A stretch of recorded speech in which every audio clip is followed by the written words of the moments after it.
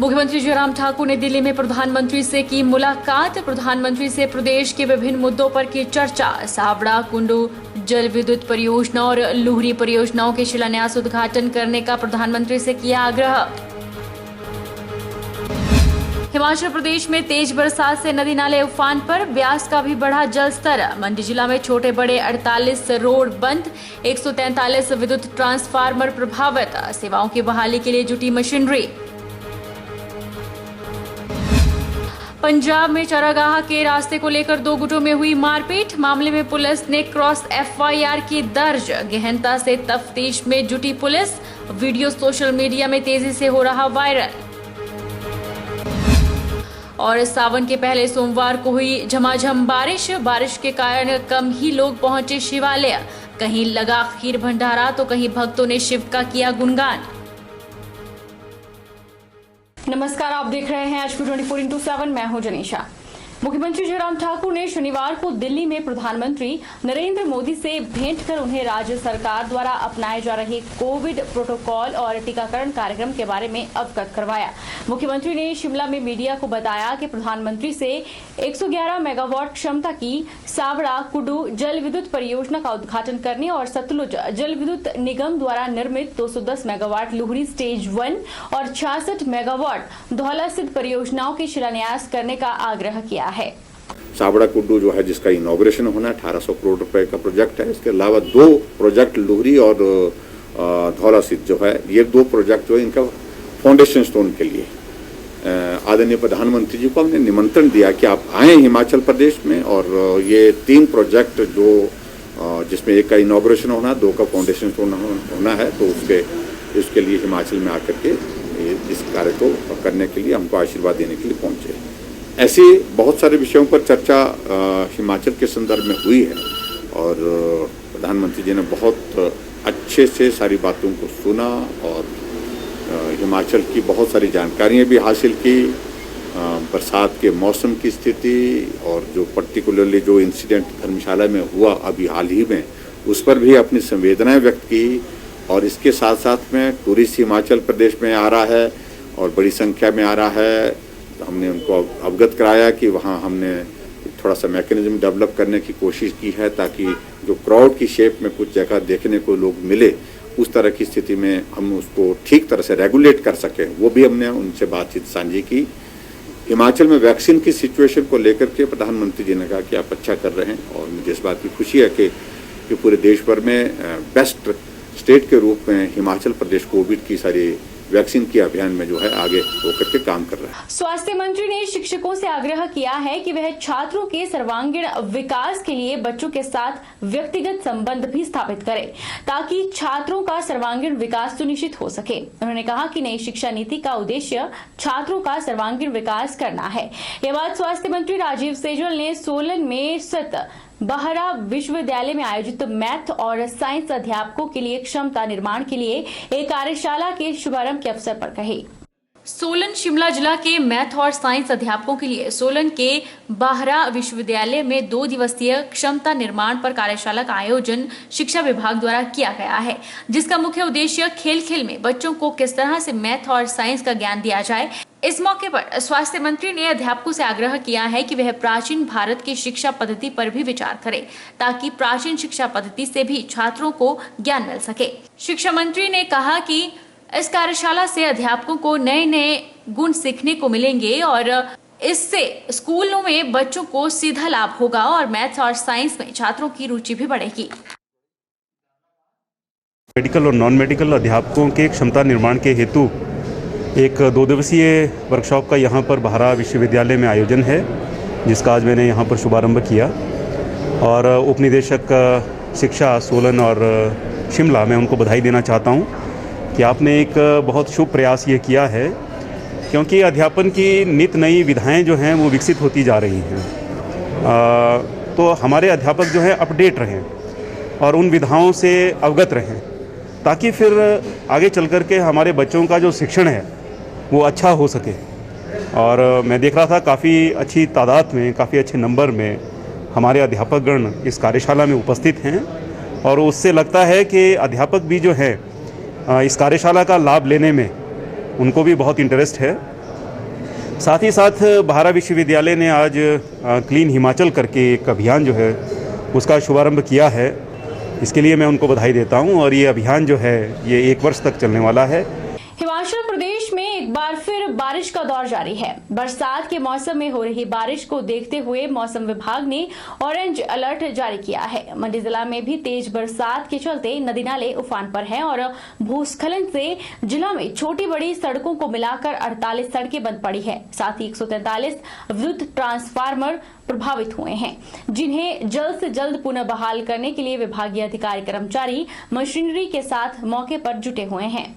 मंडी जिला उपायुक्त अरिंदम चौधरी ने बताया कि मौसम विज्ञान केंद्र शिमला ने मंडी जिले के कई स्थानों पर भारी वर्षा और तेज हवाओं का ऑरेंज अलर्ट जारी किया है। जारी चेतावनी को ध्यान में रखते हुए जिला के सभी नागरिकों और पर्यटकों से सतर्क रहने की अपील की है। उन्होंने लोगों से नदी नालों के किनारे न जाने और जिला के ऊपरी इलाकों और भूस्खलन संभावित क्षेत्रों में जाने से बचने का आग्रह किया। उपायुक्त ने लोगों से अपील की है कि खराब मौसम में अनावश्यक तौर पर घरों से न निकलें, सुरक्षित स्थानों पर रहें और किसी प्रकार का जोखिम न उठाएं। उपायुक्त अरिंदम चौधरी ने जानकारी दी कि जारी बारिश के कारण जिला में कुछ जगहों पर विद्युत सेवाएं और सड़कें प्रभावित हुई है। प्राप्त सूचना के मुताबिक जिला में 143 विद्युत ट्रांसफार्मर प्रभावित हुए हैं और जिला में 48 सड़कें भी प्रभावित हुई हैं। उन्हें जल्द से जल्द पुनः बहाल करने के लिए विभागीय अधिकारी कर्मचारी मशीनरी के साथ मौके पर जुट चुके हैं। उपायुक्त अरिंदम चौधरी ने मंडी जिला में जारी बारिश को देखते हुए लोगों से सतर्क रहने और किसी प्रकार का जोखिम न उठाने की अपील की है। उन्होंने कहा कि बारिश से लारजी डैम और पंडोह डैम का जलस्तर बढ़ सकता है। लोग नदी नालों के पास जाने का जोखिम न उठाएं। ऑरेंज कलर का अलर्ट मंडी जिले के लिए जारी किया गया है। सुबह से बारिश लगी हुई है मंडी जिले के। कल रात में जो है आइसोलेटेड प्लेसेस में भी बारिश हुई थी, तो उसके संदर्भ में आज सुबह 11 बजे की रिपोर्ट अनुसार हमारी छोटी बड़ी मिलाकर करीब करीब 48 के आसपास रोड्स जो हैं मलबा गिरने के कारण अवरुद्ध रही हैं और करीब करीब 143 जो आपके बिजली से संबंधित DTRs हैं वो अवरुद्ध रहे हैं। IPH विभाग की कोई भी ऐसी जानकारी हमें अभी तक प्राप्त नहीं हुई है कि जिससे कोई स्कीम में बाधा अभी तक आई हो। दूसरा, मौके पर करीब करीब हमारी 30 के आसपास JCB PWD के माध्यम से डिप्लॉयड हैं, जो और HPACB के जो मैन पावर है वो भी फील्ड पे डिप्लॉयड है और बिजली की आपूर्ति और जो है रोड्स खोलने की जा रही है। उपायुक्त अरिंदम चौधरी ने मंडी जिला में भारी बारिश को देखते हुए लोगों से सतर्क रहने और किसी प्रकार का जोखिम न उठाने की अपील की है। उन्होंने कहा कि बारिश से लारजी डैम और पंडोह डैम का जलस्तर बढ़ सकता है। लोग नदी नालों के पास जाने का जोखिम न उठाएं। उन्होंने लोगों से आग्रह किया है कि किसी भी प्रकार की आपात स्थिति में तत्काल जिला आपदा प्रबंधन केंद्र के दूरभाष नंबर 01905 226 201 202 203 और 204 या फिर टोल फ्री नंबर 1077 पर सूचित करें।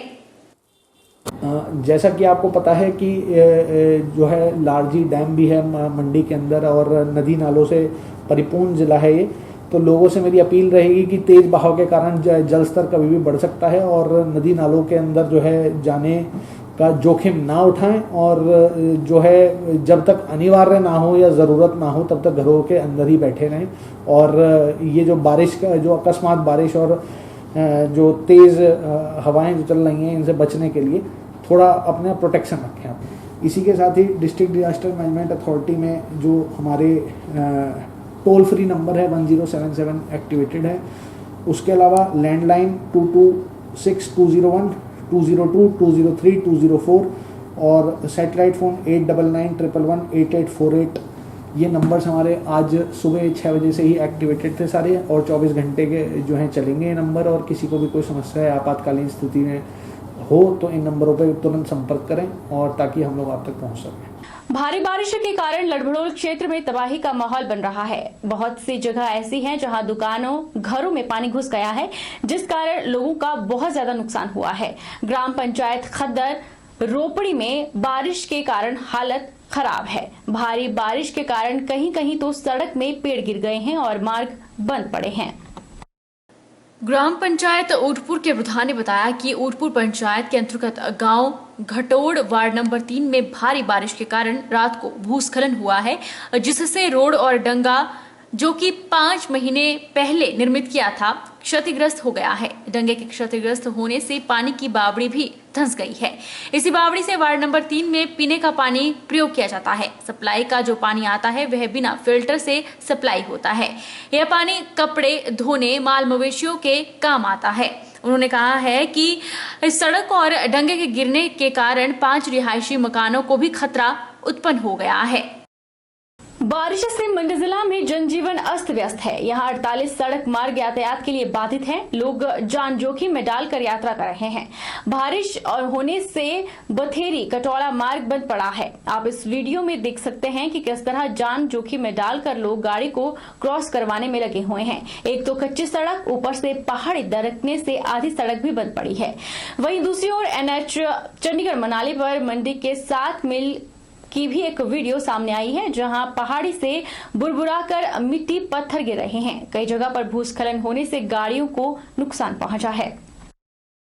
चंबा भरमौर राष्ट्रीय उच्च मार्ग पर गेहरा के पास पहाड़ी से आए मलबे की चपेट में आकर कार सीधे रावी नदी में गिर गई। गाड़ी में 3 लोग सवार बताए जा रहे हैं। कार अनियंत्रित होकर नदी में गिर गई है। पहाड़ी से भारी भरकम पत्थर और मलबा गिरने के कारण मार्ग पर आवाजाही भी बंद हो गई है।